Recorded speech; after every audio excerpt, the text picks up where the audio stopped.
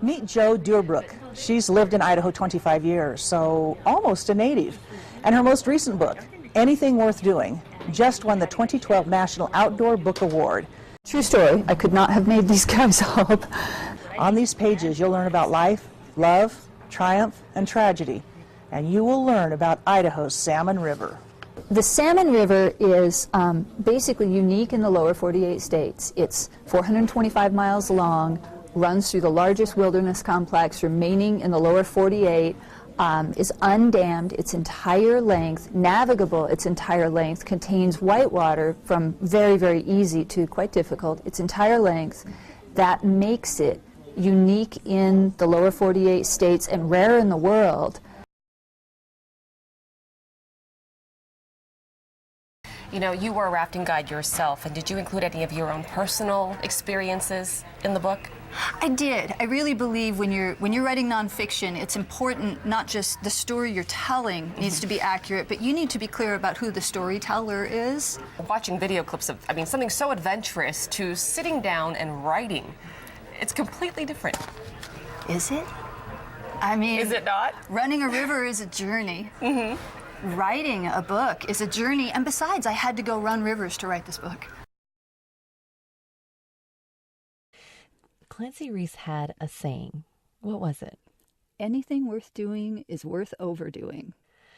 When they started their voyage, John Barker and Clancy Reese, at the headwaters of the Salmon, they're going to do their source to sea run for the first time.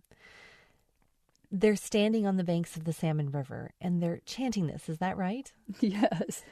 They're standing on the banks of the Salmon River, where it's a tiny little stream, just like some small fraction of the river that those of us who run the salmon spend our time on. And there's video of them doing this.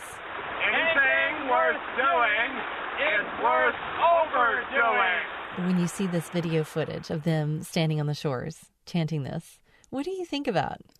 They look like two little boys having way too much fun. What do you want your readers to take away from Anything Worth Doing? I try not to write with a goal in mind for how a reader will walk away from something I write. What I want is to give them a journey that was worth taking with me. As far as these men, too, and Mr. Reese, the older of the two, turning 51, and I think probably in a place that many of us have found ourselves at that point in life, contemplating where you're at, what you've accomplished in the past, looking to the future. Yes, and I think that's part of why I really wanted to tell this story, because so many adventure books are written about people in the prime of life, and the story begins at the beginning of the adventure and it ends when they succeed or fail. But yeah, and what does it look like to be 51 years old and consummately skilled, incredibly skilled at a profession that you are intensely proud of, but which to the world as a whole is kind of a kid's game.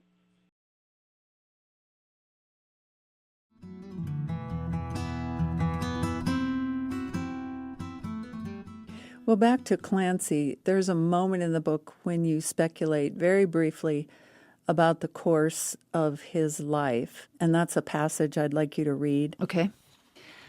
So at this point in the book, John and Clancy have been adventuring together for almost 10 years, and they have finally come up with an adventure they think will rival their first, which was, for both of them, idyllic and I think life-changing.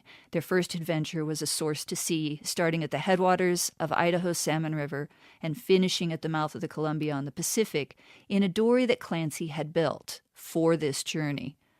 So 10 years later, they finally come up with a journey they think will be as iconic, for them at least, as this first one.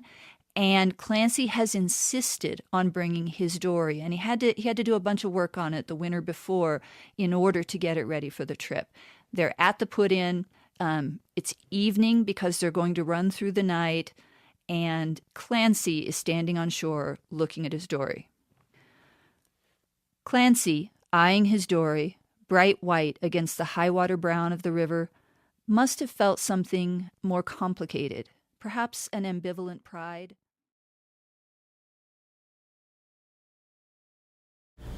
I fell in love with rivers on a trip down Colorado through the Grand Canyon more than 20 years ago. I had no idea when I was invited on this trip how insanely lucky I was. I didn't know that this was the premier long wilderness river in North America. I didn't know that this was the river at the top of nearly every boater's bucket list. All I knew was that the guy who invited me was cute, raft guide. And what I imagined was 2 weeks of watery roller coasters. And you know, I got those, and they were awesome.